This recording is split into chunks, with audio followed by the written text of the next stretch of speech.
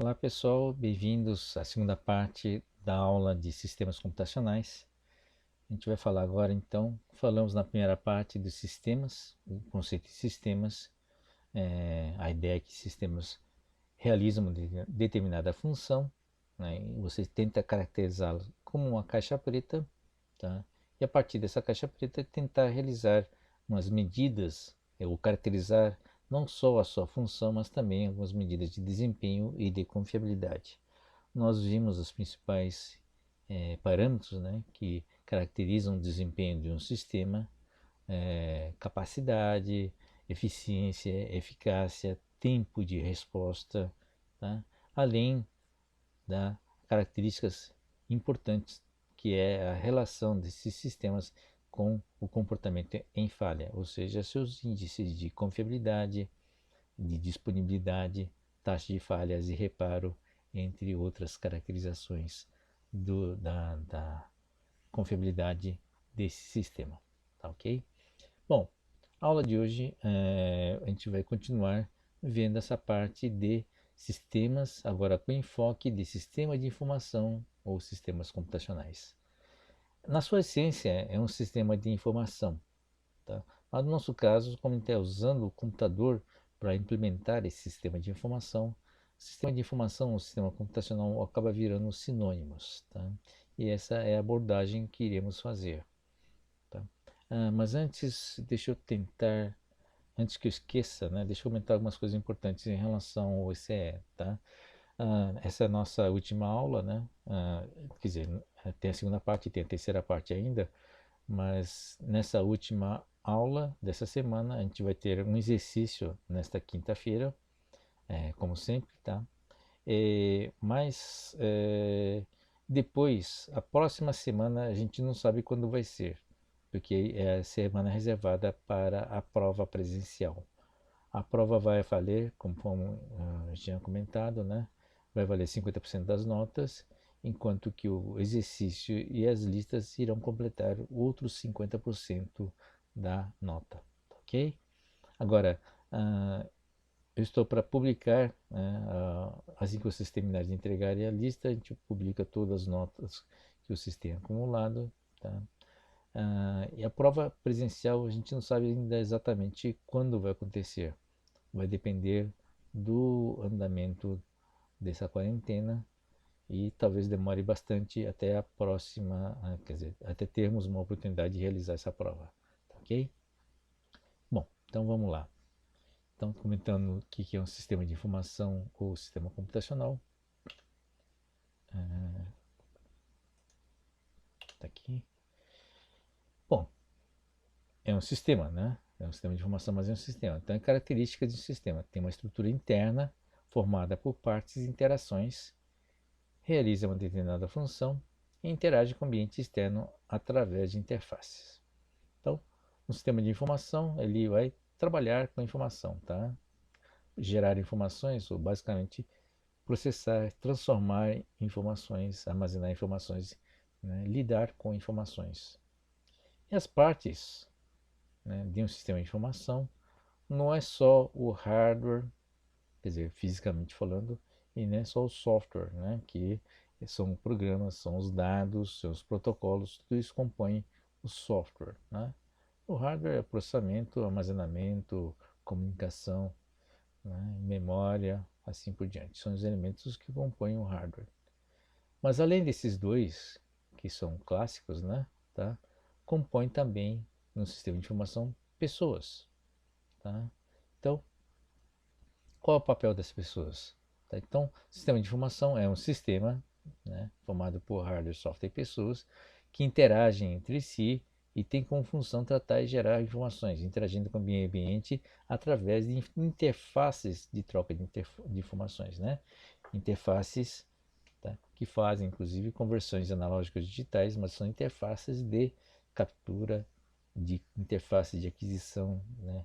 Interface de saída de dados e saída de informações, tá? Bom, qual o papel das pessoas, tá? Então, tem um papel muito relevante. Esse é o modelinho que nós trabalhamos, né? Entrada, processamento e saída, tá? Tem um papel muito importante, tá? Que envolve desculpe, deixa eu voltar para cá, que envolve várias funções de manter esse sistema funcionando, tá?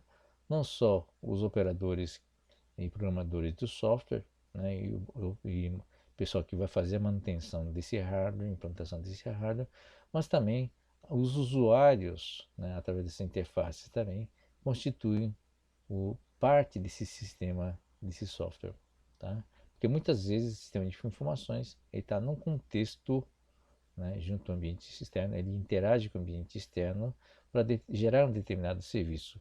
E essa geração de serviço depende de ter usuários, né, específicos para gerar, usuário específico desse sistema de informações para gerar o seu serviço. Tá? Então, voltando aqui um pouco, tá? Esse é o modelo simplificado e esse é o modelo um pouquinho mais completo de um sistema, um modelo estendido, né, de sistema de informações.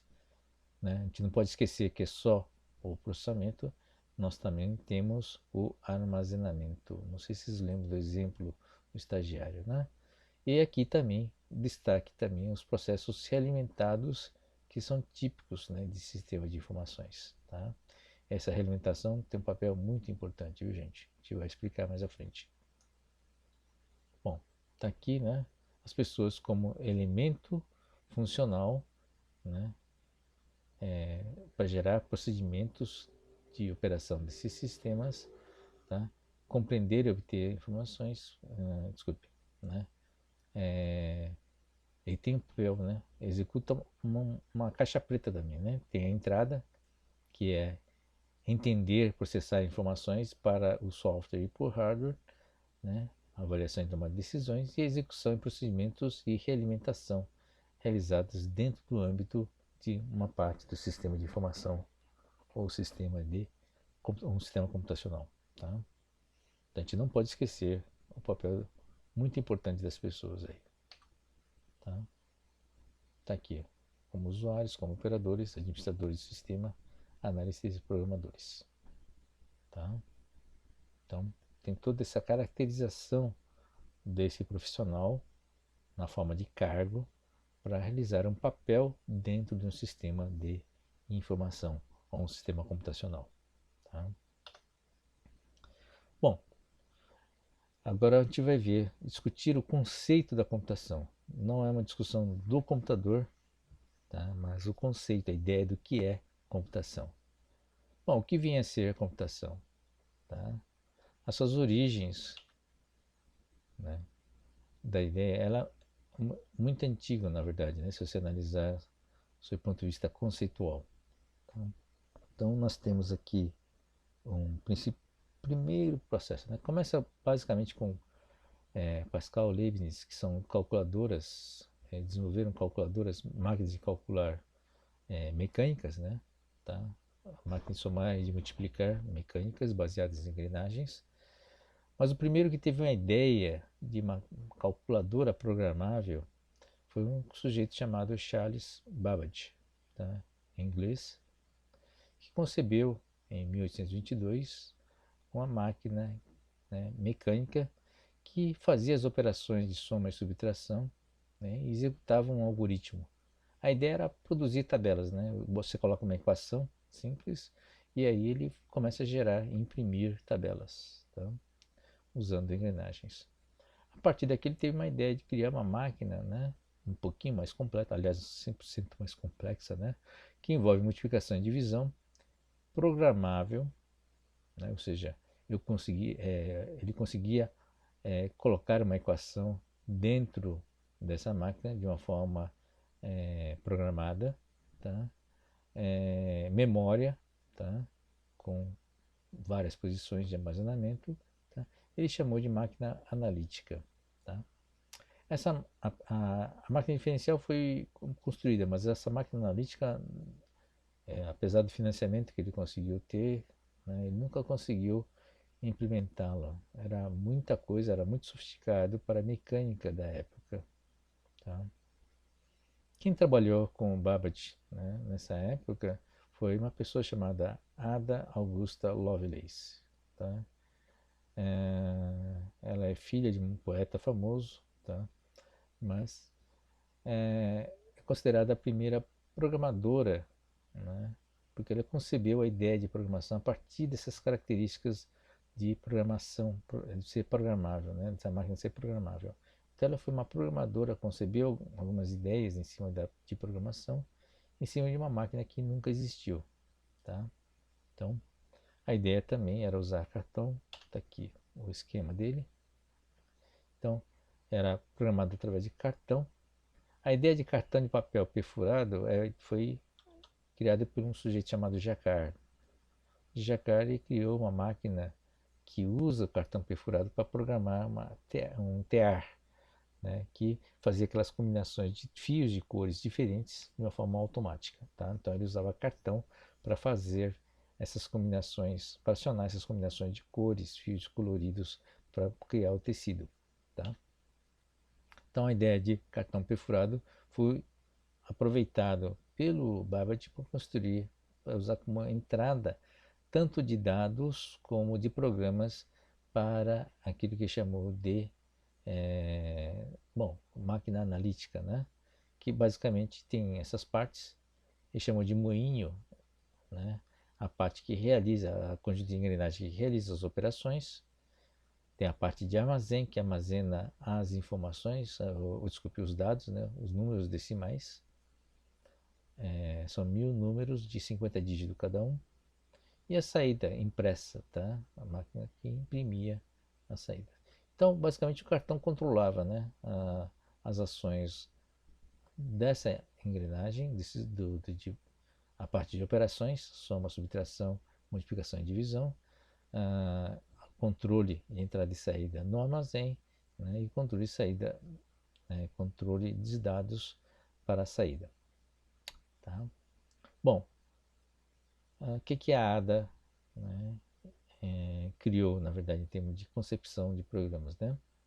Criou a ideia de subrotina, que é uma sequência de instruções prontas, tá? Que hoje a gente chama de objeto, né? Tá? Uma classe de objeto. Criou a ideia de loops, quer dizer, em vez de você colocar cartões, você consegue repetir certo número de vezes os cartões, tá? Então, é um salto, volta, por exemplo, 10 cartões para trás, né? E a ideia de salto condicional, né? Esse aqui são os loops, né? E aqui é o if then else, né? Vem um cartão que analisa um determinado parâmetro e, se for verdadeiro, ele salta, por exemplo, 3 cartões. Senão, ele continua seguindo o fluxo de cartões. Tá? Então, são as ideias básicas que vocês viram em 1800 e tanto. Foram criadas em cima de uma máquina que não existia, cujas ideias principais, né, de um programa que existe até hoje, né? Vocês viram, deve ter visto em bases computacionais, tá? Que são instruções básicas utilizadas até hoje, né, na programação. Tá? Esse é o pioneirismo dessa programadora, a primeira programadora, né, que criou esses conceitos. Bom, avançando um pouco, então a ideia aqui do Babbage foi ter criado, né, a contribuição dele foi ter criado essa ideia de uma máquina de calcular programável. A próxima contribuição foi um sujeito chamado Olerite, né? Quem trabalha sabe o que significa Olerite, né? Tá? Bom, o que ele fazia? Ele trabalhava para o Departamento de Censo dos Estados Unidos, tá? Aliás, esse ano era para ter censo, né? Em função do coronavírus, esse censo foi adiado para o ano que vem. Então, a cada 10 anos era realizado um censo, tá? E aí, né, por exemplo, o censo anterior de 1880 levou 7 anos e meio para divulgar os resultados, porque é um trabalho braçal, tá? Então, o que ele teve a ideia, né? Ele teve a ideia de usar a mesma ideia de cartão perfurado Jacquard, tá? Então, você, por exemplo, tem 10 colunas, tá? E 4 possíveis respostas. Por exemplo, pergunta 1, né? Qual a faixa de idade da pessoa? Então você divide em 4 faixas. A sendo criança, B sendo adolescente, C sendo adulto e D sendo velho, por exemplo, né? Você estabelece aqui faixa de renda na questão 2, escolaridade na questão 3, assim por diante, tá? Então você divide em categorias e você vai perfurando aqui. Então, essa máquina que vocês estão vendo aqui, basicamente é um contador. Ele não é uma calculadora no sentido de calculadora, tá? Então, o que ele faz? Não sei se vocês conseguem enxergar, né? Talvez não na tela, mas se vocês abrirem a transparência, vocês vão ver que tem um medidorzinho, que é um medidor, esse redondinho é um medidor que tem um ponteiro dentro dele. Então, vocês vão ver, tem 4 aqui, 4 respostas e 10 colunas aqui. Então, o que ele faz? Ele pega um cartão, né? Ele tem um dispositivo de leitura, que é basicamente contato elétrico, né? Se ele sente um buraco aqui, ele faz o ponteiro andar, o ponteiro correspondente deslocar uma casa. Então, o que ele faz? Ele pega, por exemplo, um monte de cartões de uma cidade inteira, tá? Ele põe na máquina e a máquina começa a contar aqui, tá? A partir de um deck de cartões, você tem um resultado aqui nessa tela que alguém anota, tá? Então, você tem um perfil, por exemplo, né, daquele cartão ou daquele bairro, por exemplo. Quantas pessoas tem, qual é a faixa de idade dessas pessoas, qual a escolaridade, qual o nível de renda e assim por diante, tá? E com isso ele conseguiu fazer rapidamente um trabalho de caracterização, né, da população. Uma coisa interessante dessa máquina é o seguinte, né? Por exemplo, você podia escolher uma pergunta e uma resposta para fazer essa separação aqui desses cartões. Tá? Então, por exemplo, eu programo para que toda vez que aparece uma resposta B nessa primeira questão, esse cartão seja separado, né? Então, você faz com que todos os cartões, né, que estão, por exemplo, com a idade B, né, seja adolescente, tá? Então, todos os adolescentes sejam separados, né, pela máquina. Aí, separando todos os adolescentes, você tem um conjunto de cartões dos adolescentes daquela região. Depois, você pega esses cartões separados aqui e começa a fazer uma outra seleção. Quantos desses adolescentes, tá, por exemplo, tem um nível de escolaridade, né, X, Y ou Z, tá, em 3 categorias.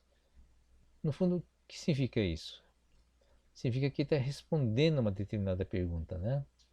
Quantos adolescentes tem naquela cidade e desses adolescentes naquela cidade, quantos estão, né, na determinada faixa de escolaridade ou qual é a renda, né, da família desse adolescente.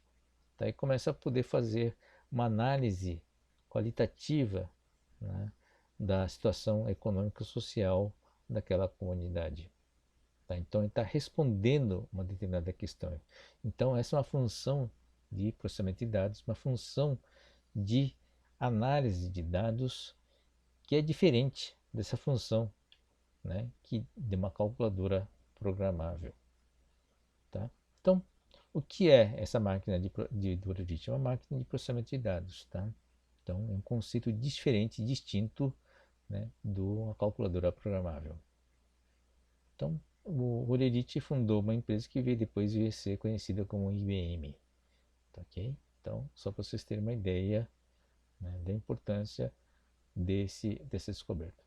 É tipicamente a ideia de processamento de dados que é muito útil para empresas, não só para o governo, como também para empresas. Tá? Bom, e aqui é é a evolução desses conceitos, tá? São os calculadores programáveis já saindo da mecânica pura, né, para ser eletromecânica baseada em relé. Tá? Então, já estamos em 1900, tá? Então já temos relé. O relé foi um desenvolvimento da telefonia que permitiu. Bom, a telefonia foi em 1900, tá? Que foi popularizado pelo Graham Bell. Então, em função da presença do telefonia, foram desenvolvidos relés muito bons, né? Tá? E que a computação pôde aproveitar. Então, uma das primeiras aplicações foi sair da parte mecânica, né? Usar os CLEs para desenvolver calculadoras programáveis. Então, a ideia foi pegar a ideia do Babbage, né? E implementar, usando o relé, calculadoras eletromecânicas programáveis. Tá? Tá aqui a influência aqui do Babbage e também a aplicação, né? Que é a época da guerra, 1944, foi utilizada para desenvolver uma calculadora eletromecânica. Tá? O relevante nessa mesma época, né? Vocês viram que até agora a gente está vendo um sistema essencialmente decimal. Tá? Aqui um olerite, aqui as medidas são desse medidor decimal, né? Tá? A calculadora mecânica de Babbage era decimal e a calculadora eletromecânica do Zuzi também era decimal, usando a, a ideia de números, né, decimais. Tá? O, o papel aqui do Atanasoff, né, que é é um professor, foi um professor Estados Unidos americano, né, descendência búlgara, né, tá? Mas ele é considerado o primeiro inventor do computador digital, né? Porque ele concebeu e construiu um protótipo, né, de um computador que trabalhava com bits, tá? Já era a válvula, tá? Não era o relé, mas a válvula, mas ele conseguiu criar basicamente uma máquina. Tá? Não tinha CPU, não tinha concepção de CPU, mas tinha toda uma lógica que trabalhava somente com números binários. Tá? Vocês viram aquela demonstração na aula de a álgebra booleana, a ideia de ter um somador binário, inclusive fazer a conta de subtração com o complemento de 2. Né? Então, ele foi um dos idealizadores de usar o bit, né, o 0 e 1, porque é mais fácil implementar o 0 e 1 com um relé, tá? Um bit para a parte de computação. Tá? Então, esse foi o trabalho, essa influência do Atanasoff, que foi considerado também o inventor do computador digital, computador binário, né? Eletrônico, né? Inclusive com patente. Tá? Então, a evolução conceitual que a gente viu aqui, nós temos várias implementações de calculadora programável e outro de processamento de dados aqui, o Jacar, com o cartão contribuindo para ambos, né? Tá? Então, inclusive a IBM evoluiu com a máquina de processamento de dados, tá? Qual que é a ideia da computação? Tá? A computação, no fundo, juntou esses dois conceitos para criar um novo conceito. Isso é uma evolução conceitual. Tá? Ele juntou esses dois para ser uma definição do que vem a ser um computador, ou a ideia conceitual de computação. Tá?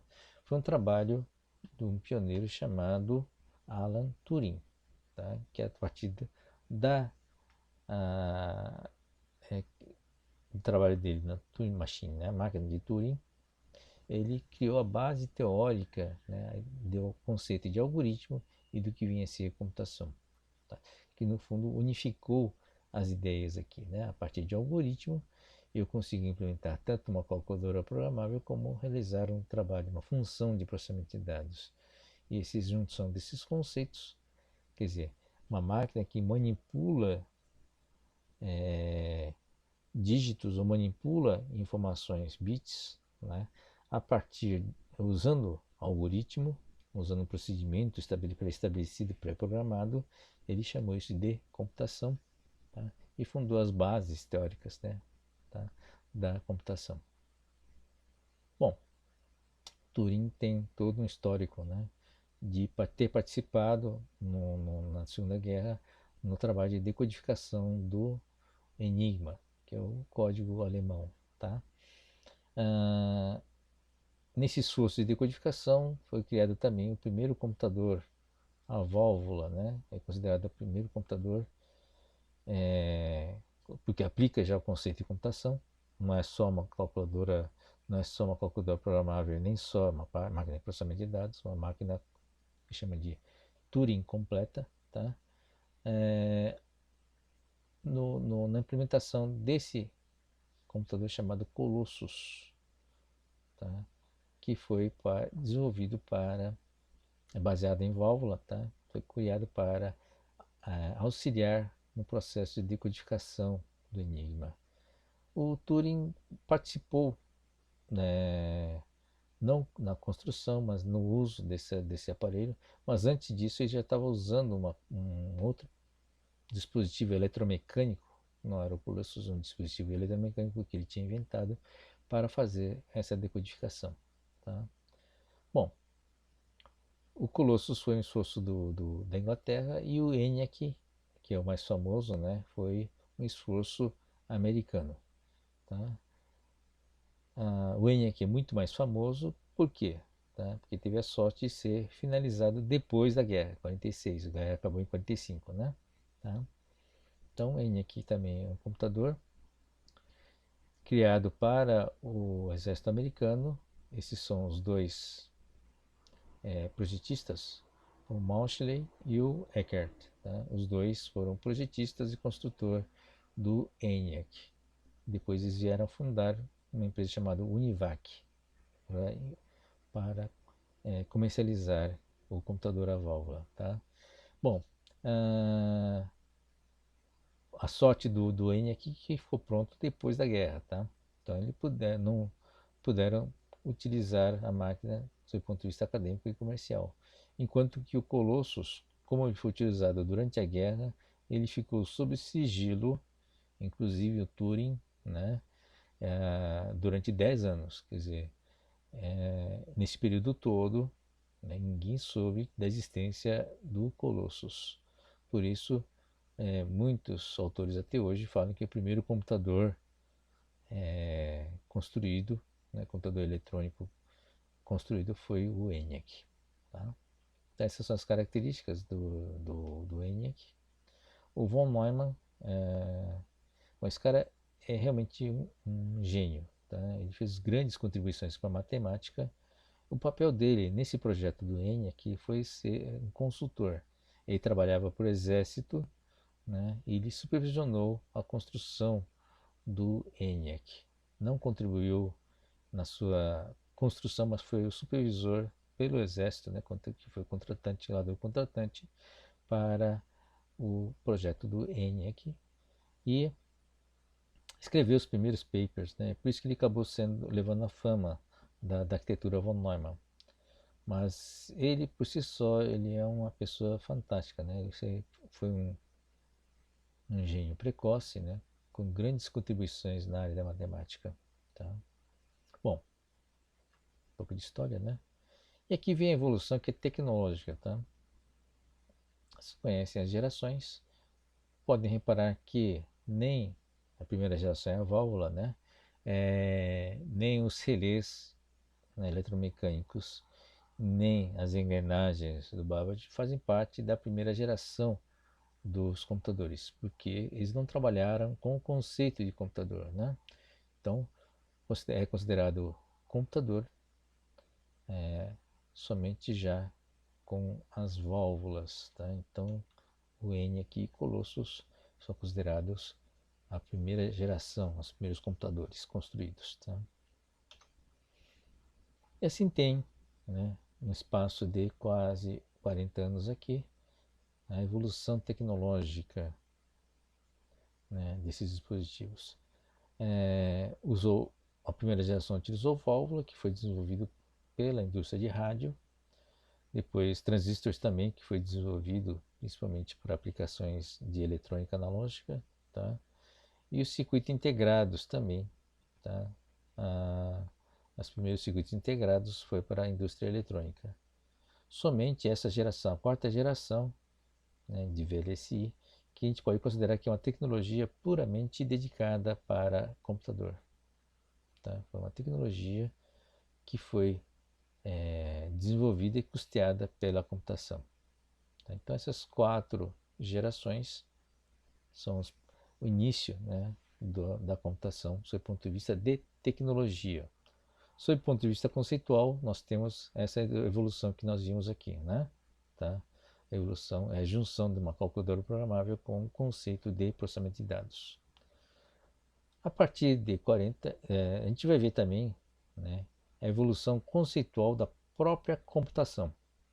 Tá? Então, a criação do conceito da computação e depois como o conceito da computação evoluiu com o tempo. Tá? Então, o que é isso? Tá? Então, nessa primeira fase da evolução tecnológica, que a gente chegou até o VLSI em 40 anos, a computação, né, teve essa ideia de ser uma máquina programável, não necessariamente calculadora, mas uma máquina programável para execução de algoritmos. É o conceito de computação do Turing, né? Ele foi utilizado basicamente para resolver equações, analisar dados e gerenciar processos de negócios. Tá? Então a ideia era voltado para processamento propriamente dito. Tá? Trabalhar entrada de dados, trabalhar e soltar uma saída, né, de informação. Tá? Foi a época que se criaram o conceito de centro de processamento de dados, tratava o computador como uma máquina, ferramenta poderosa, né, que ocupava salas e andares inteiros, né, e permitiu o tratamento de uma série de números que não era possível antes, né, fazer na mão. Tá? A precisão e a velocidade foram as características mais importantes e relevantes, né, nessa evolução, nessa primeira fase. Tá? Permitiu modelagem e simulação de fenômenos e estruturas complexas que antes não eram possíveis, viabiliza, né, tecnologias na área nuclear, aviação espacial, coisas extremamente complicadas, né, tornaram-se viáveis, tornaram-se possíveis de se desenvolver ou se de resolver, porque foi possível simular e fazer essas contas, enormidade de contas, com precisão, velocidade, né, e quantidade. Tá? A outra área importante são a área de fármacos, né? Construção civil, previsão de tempo, entre outros, na parte de simulação. Bom, a fase seguinte, nas 2 décadas seguintes, foi a consolidação da computação como novo método científico. Essa é uma visão muito interessante. Tá?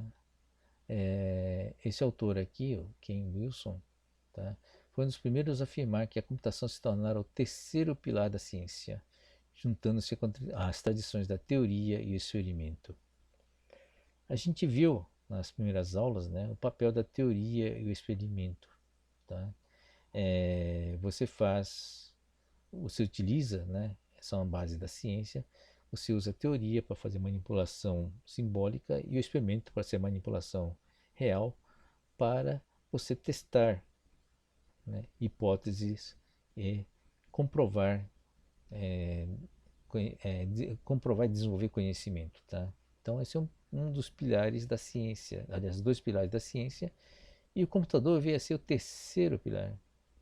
Mas qual é o papel da computação, né? Quer dizer, como o computador consegue lidar com uma quantidade muito grande de informação e de dados ao mesmo tempo, tá? Muito das provas científicas, né, das teorias e teses, hipóteses, são simplesmente só são viáveis com o uso da computação. Ou seja, você não consegue resolver isso, né, usando com o ser humano como meio, quer dizer, mesmo as abstrações teóricas, ou mesmo os experimentos físicos que são executados pelo ser humano, ele não conseguem fazer sem o uso da ferramenta chamada computação. Quer dizer, o grau de complexidade, o volume de dados é tão grande que só através da computação se consegue resolver. Ou seja, o próprio resultado do computador se torna a prova, né, da descoberta do conhecimento, se torna-se a prova, da mesma forma que teoria e experimento gera suas provas, algumas provas são geradas pela computação. Ou seja, só o computador consegue gerar essa prova. Tá? Então, ele passa a ser um terceiro pilar da ciência. Então, há uma mudança de conceito, né? o uso da computação para a descoberta do conhecimento. Tá? Há também uma mudança dos conceitos desses sistemas de computadores, tá? De um sistema de processamento de dados de calculadora eletrônica, né, que era já antes, para um conceito de sistemas de informação, com a incorporação da teoria de Shannon, né, e da teoria geral de sistemas do von Betalanffy, tá, para entender, além da teoria que já existia, né, da computação do Turing, né, tá, para conceber uma coisa chamada sistema de informação ou sistema computacional. Tá? Então a ideia é disso aqui para se tornar um pilar para a geração do conhecimento. Bom, o que temos agora é uma terceira etapa a partir do 2000, tá? Os 20 anos depois, foi conceber a computação agora como parte de processos da informação.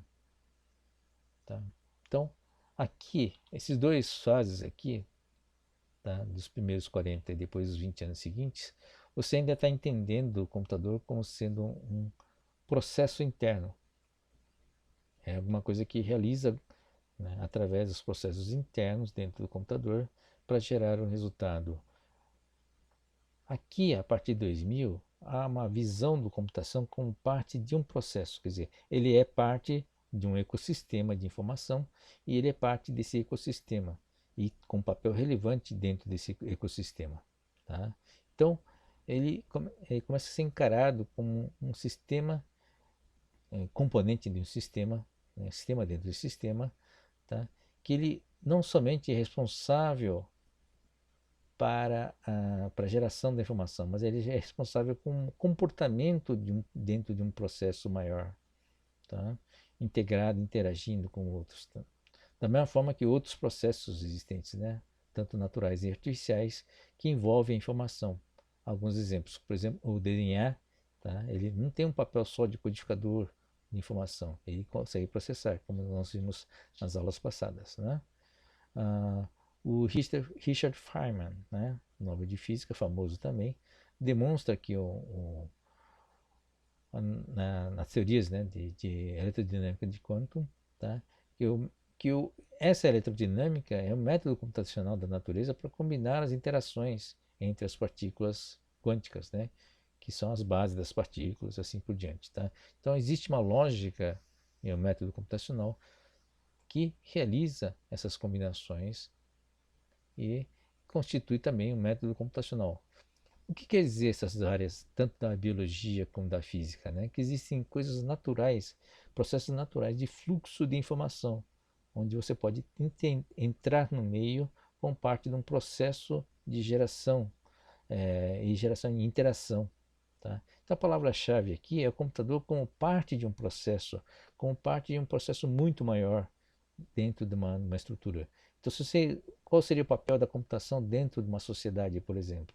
Tá? Seria o papel que a presença do computador e a presença do ser humano cria uma simbiose que pode gerar processos dinâmicos de informação muito maiores. Tá? Esse é o entendimento da computação como parte de uma coisa maior, tá? Como parte de um sistema.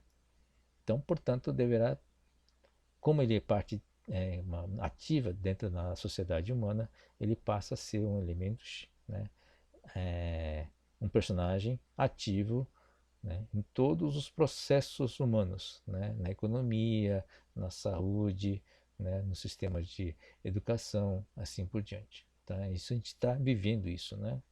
Tá? Bom, essa é uma síntese, né? Tá? Da evolução de uma década de 40 com a máquina para executar algoritmo. Essa é uma concepção original do Turing como método científico, quer dizer, para a descoberta do conhecimento, e depois como parte de um processo de informação, né? Tá? Visão de sistemas abertos e visão de sistemas complexos. Tá? Bom, é um pouco abstrato, né? Então eu queria dar um exemplo agora, tá? Para fortalecer essas ideias todas. Então eu vou tentar usar agora uma pausa um pouquinho. Pronto, a pausa agora para consegui colocar o meu quadro branco, né? Acho que está funcionando, vamos ver. Tá, vamos lá. Então vou tentar fazer aqui um exemplo muito simples. Quer dizer, mais simples que isso acho que é impossível. Vamos lá. Desenhar aqui uma caixa preta. Caixa branca, desculpe. Um sistema com uma entrada e uma saída. Ok? Bom, é um sistema de informação, um sistema computacional. Tá? Vou tentar fazer um modelo completo, colocando aqui um armazenamento bonitinho, ok? Bom, eu quero que esse cara seja uma unidade elementar de controle, né? Tá? Tentar fazer que seja o básico dos básicos. Um bit de entrada, né? Tá? E um bit de saída. Como não existe meio bit, eu acredito que seja o mais elementar possível, né, de um sistema. Tá? Então, vamos desenhar esse cara aqui como sendo uma unidade elementar. E bonitinho. Opa.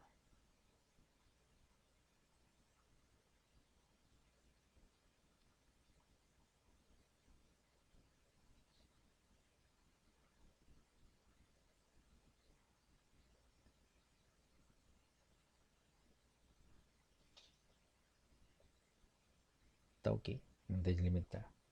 Eu quero que seja uma unidade elementar de controle, mas vamos ver como é que isso aí pode ser desenhado. Bom, para controlar o que, né? Esse é um exemplo que eu levei muito tempo a bolar, viu, gente? Ele não é trivial, porque não é fácil usar tão pouco bit. Mas o exemplo é o seguinte, vou fazer um desenho aqui. Não sei se vai ficar bonito.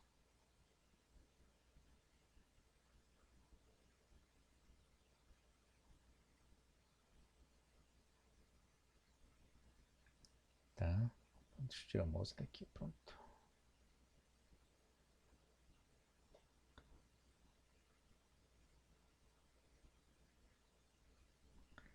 Legal.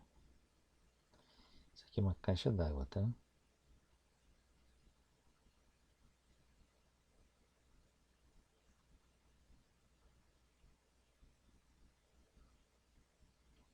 Bonitinho, né? Tá? Vou colocar aqui uma boia.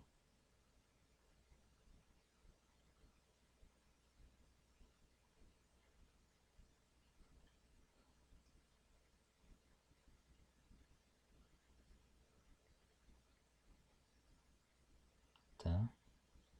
Ele vai gerar um sinal.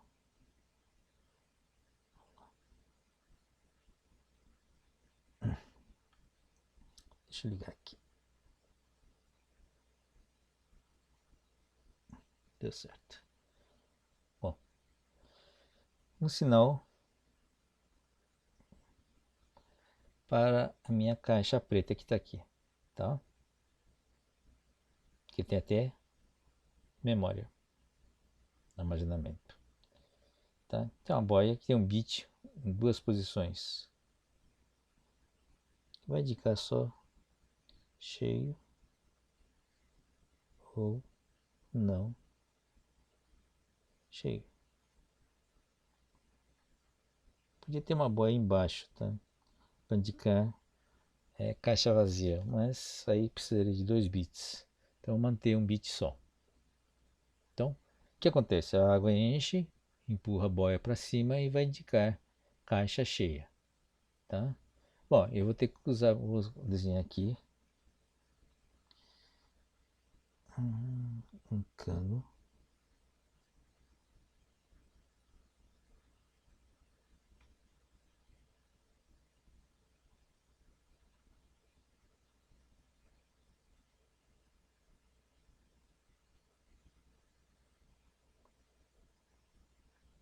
tentar desenhar mais depressa. Aqui.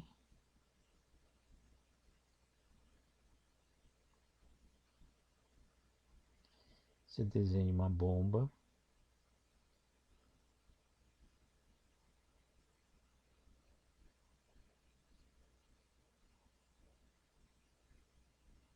Tá ok? Uma bomba d'água.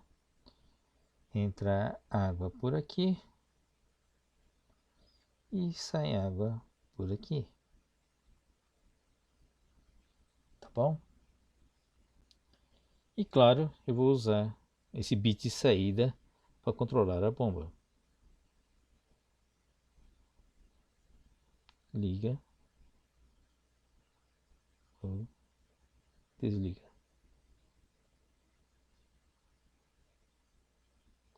Um bit só. Bom, gente, esse é o mais elementar de sistema de controle. Vou terminar aqui. De controle. Por que elementar? Porque não tem nada menos do que um bit de entrada e um bit de saída, né? Vocês concordam? Tá. Então, qual é a lógica que está por trás disso?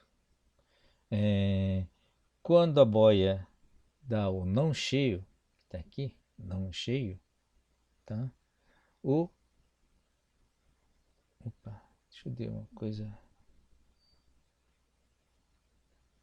Agora que reparei que a imagem tá. Será que dá para reduzir?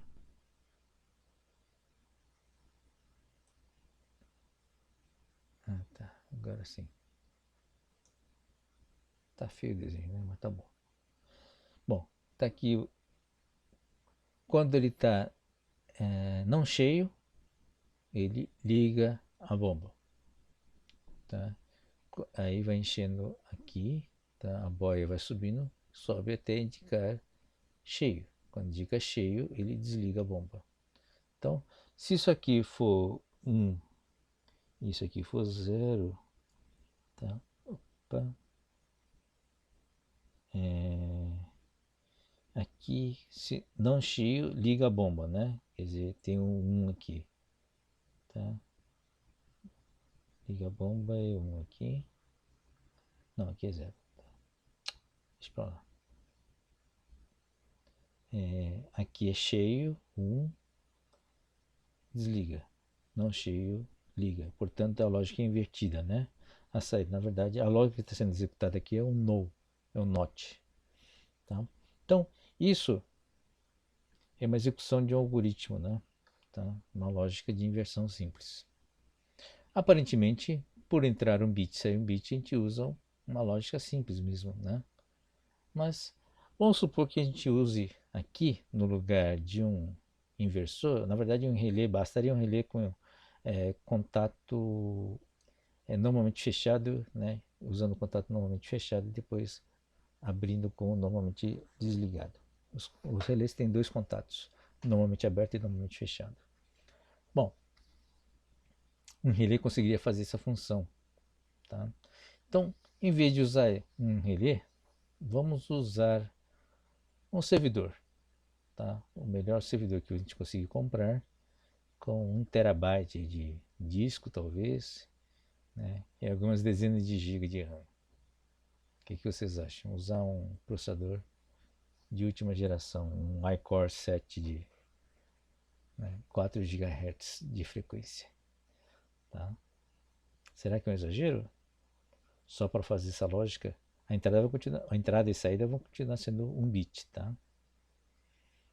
Então, aqui nós teremos um sistema computacional completo, né, e bem poderoso. Será que tem sentido fazer isso? A pergunta é relevante.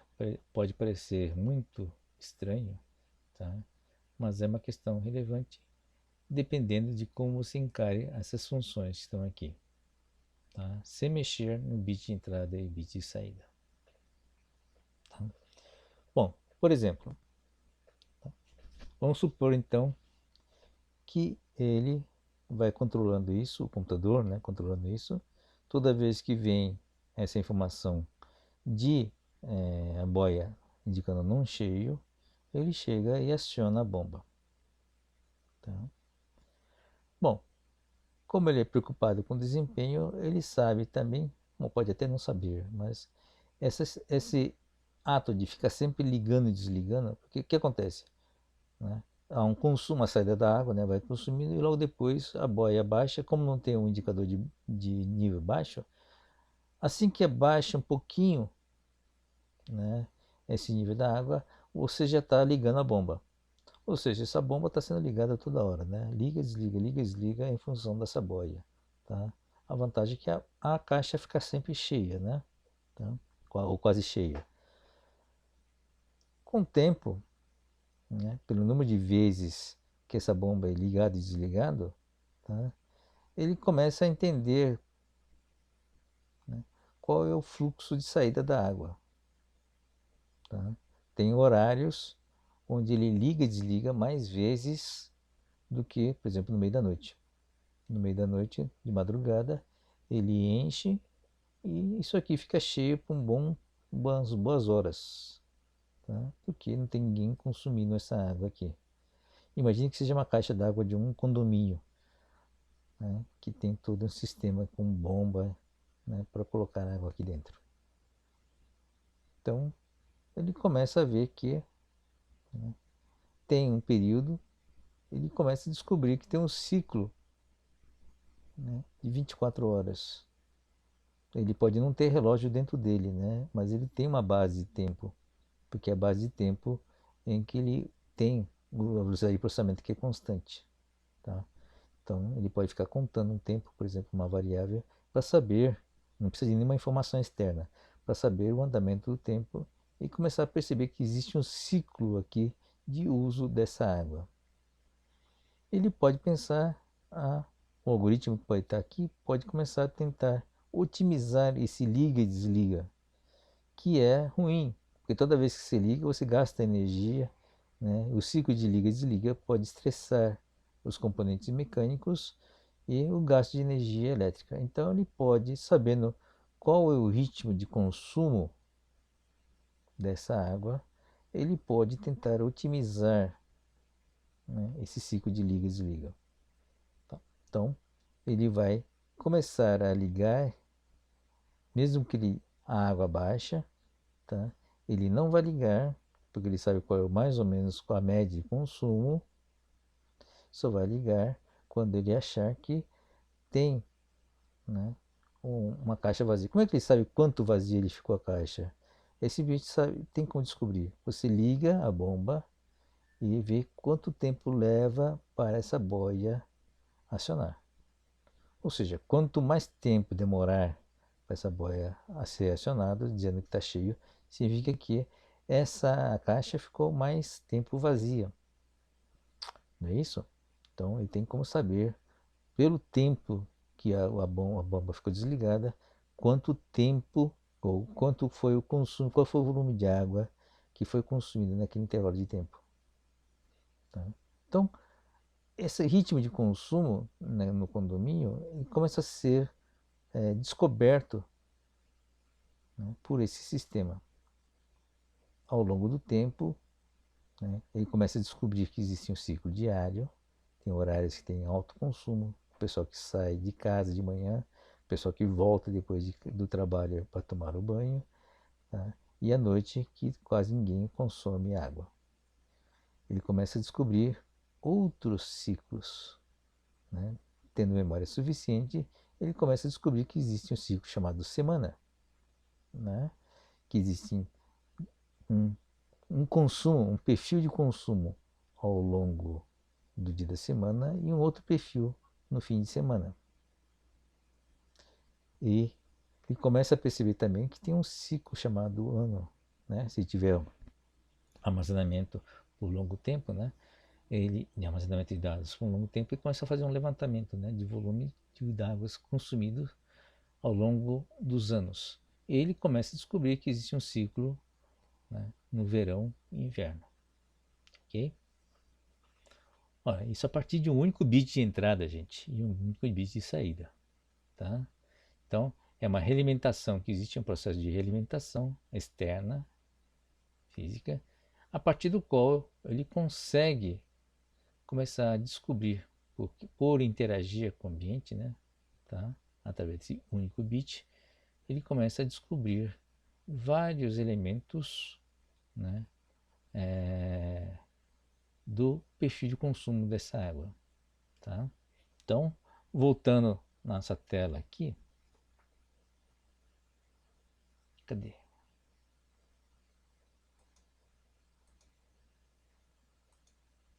Pronto. O que que... bom, quais são os paradigmas aqui envolvidos, então? Tá? Então, a máquina que está lá controlando um bit, entrando um bit, saindo um bit, está basicamente executando o algoritmo nessa fase aqui. Ele é um algoritmo simples, é uma porta inversora, né? Lógica inversora. Tá? O que ele fez ao longo do tempo? Ele passou por esse paradigma de descoberta do conhecimento. Ele começou a descobrir ciclos temporais, né, de consumo, ciclo diário, ciclo semanal, e descobriu o conceito de dia, conseguiu descobrir o conceito de semana e de estações do ano. Tá? Agora, nesses processos, o que significa essa terceira etapa que está aqui, processo de informação?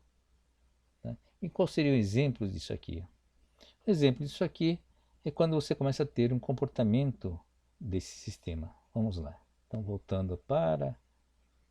Só um tempinho aqui. Aqui, pronto. Tá? Voltando para o nossa bomba aqui. Baseado nesse conhecimento, ele pode passar a ter algumas ações interessantes como um elemento do sistema. Tá? Ele começa por exemplo, ter um sistema, um dia, por exemplo, teve um consumo mais alto do que o normal. Tá? Ele sabe porque o tempo ele manteve fixo o acionamento da bomba, o tempo de acionamento da bomba, e soube que demorou mais tempo para a boia indicar, ou seja, teve um consumo mais alto aqui. Em função disso, tá? A próxima vez, ele não deixou, a próxima vez que abaixou aqui, ele não deixou muito tempo, né, com a boia, muito tempo com a bomba parada. Tá? Em vez de esperar 2 horas para ligar a bomba, por exemplo, ele esperou 1h30. Tá? Ou seja, ele começou a tomar atitudes adaptativas, começou a se adaptar, né, a um padrão que não era normal. Que era antes de 2 horas, ele achou que teria que reduzir esse tempo. Tá? Essa é uma característica de adaptação. Ao mesmo tempo, se ele tem o conhecimento do ciclo de semanas ou ciclos, né, de dia, né, ele pode tomar um comportamento adaptativo. O que seria um comportamento adaptativo? Por exemplo, prever que em determinados horários vai ter um aumento maior de consumo, portanto, ele não vai esperar tanto tempo para ligar a caixa d'água, para manter, desculpe, a bomba d'água, né, para manter a caixa mais cheia, para evitar que a caixa fique vazia. Ao mesmo tempo, sabe que verão, por exemplo, consome mais, ele vai ter que, né, manter mais tempo cheia, ou épocas mais frias, ou época nem o inverno, ou meio da madrugada, não precisa ficar ligando a bomba, né, a intervalo fixo de 2 horas, porque dá para esperar até de manhã para ligar a bomba, porque não vai ter tanta gente consumindo essa água. Esses são comportamentos não só adaptativos, como preditivos. Ele está fazendo a previsão do futuro e fazendo as ações de acordo com essa previsão. Tá? Isso já é uma visão de interação. Ele é parte de um sistema, e ele está se adequando a esse sistema usando a informação. Tá? Veja, novamente, é um bit de entrada e um bit de saída, viu, gente? Tá? Então esse é o poder do bit. O bit é muito poderoso. Tá? Bom, uma evolução desse sistema, né, pode ser o seguinte: sob o ponto de vista do sistema, você está medindo eficácia, eficiência, confiabilidade, porque você está reduzindo a quantidade de liga e desliga, por exemplo, né? Melhorando alguns elementos básicos da confiabilidade do sistema. Mas você pode ter um sistema em que pode tentar fazer o seguinte, economizar água, né? Que ele faz? O que esse sistema pode fazer?